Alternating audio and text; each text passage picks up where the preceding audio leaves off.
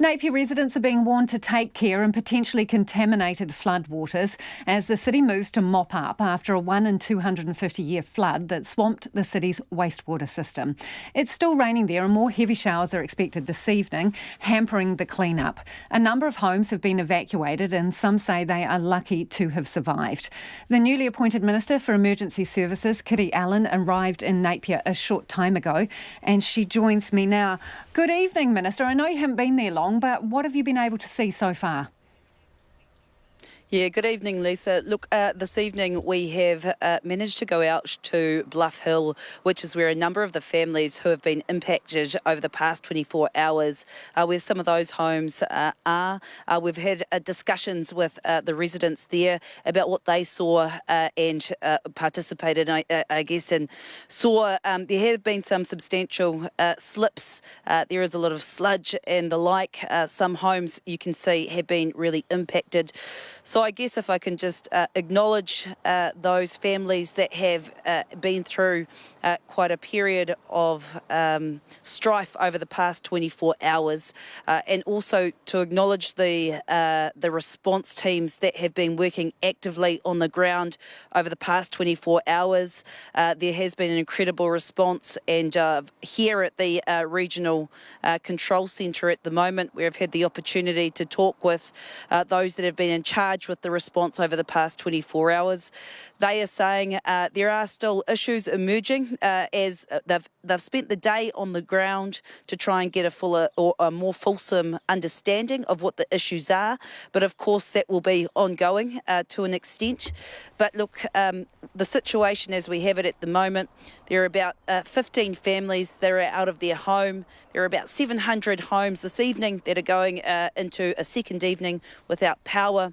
And there are a small number of homes that have been disconnected from their sewage systems and are utilising Portaloo type facilities this evening.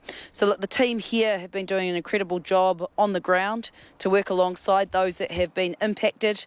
My colleagues and I will take the evening to continue to be briefed, go out into some of those communities that have been impacted, and will continue to be briefed here overnight. There is still some expectation that there might be further rainfall this evening, so the team will be monitoring the impacts of that rainfall overnight and keeping us briefed as well.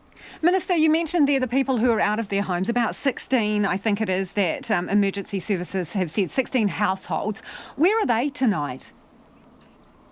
Yeah, so tonight there are in temporary accommodation at a motor lodge that has been set up here.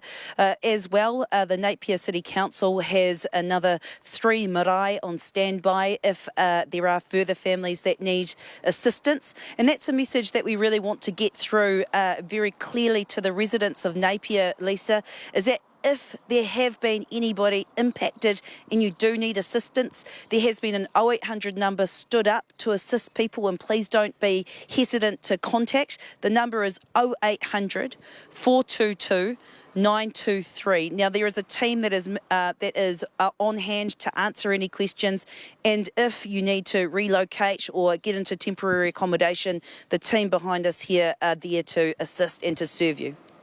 So what can you do to help, and are you going to be offering any financial assistance to the region? In the first instance, we are here to really listen to what those needs are. As I said, look, we'll be meeting with the Mayor and other key stakeholders, the iwi, the tai whenua that have been engaged in the response, and perhaps some of the residents.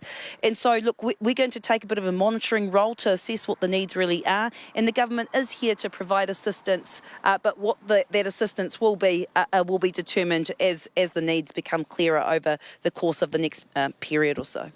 We've seen in other regions where they've had, for example, fires, etc., the government has kicked into the mayoral fund. Is that something that you're looking at? Can you... Yeah, look, all of those options are on the table, Lisa, and at this stage we do want to make sure that if we're going to provide any assistance, that we're providing it to for the right areas, and that's what that assessment over tonight and over the next couple of days will enable us to do, so that we provide the right resource.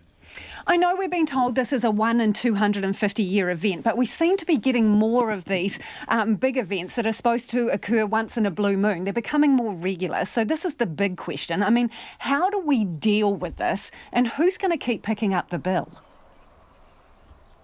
Yeah, look, I mean, those are incredibly substantive questions that I think a number of stakeholders, such as NEMA and a number of agencies, are really looking at. And look, that's been a big part of the reviews that have gone on, for example, within our own organisation, to make sure that we've got a greater strategic overview of what types of events are happening where and how the responses are coming together. Look, so that's something that we're going to have to work through. Right now, obviously, we're focused on the short-term impacts and how we can provide support to the families, but I have no doubt that in due course, those bigger issues that you are asking about will become quite key in the way that we plan for future national emergencies. Minister, on a much lighter note, I see they've issued you with your emergency services jacket there. I'm hoping that you don't actually get to wear it on many occasions.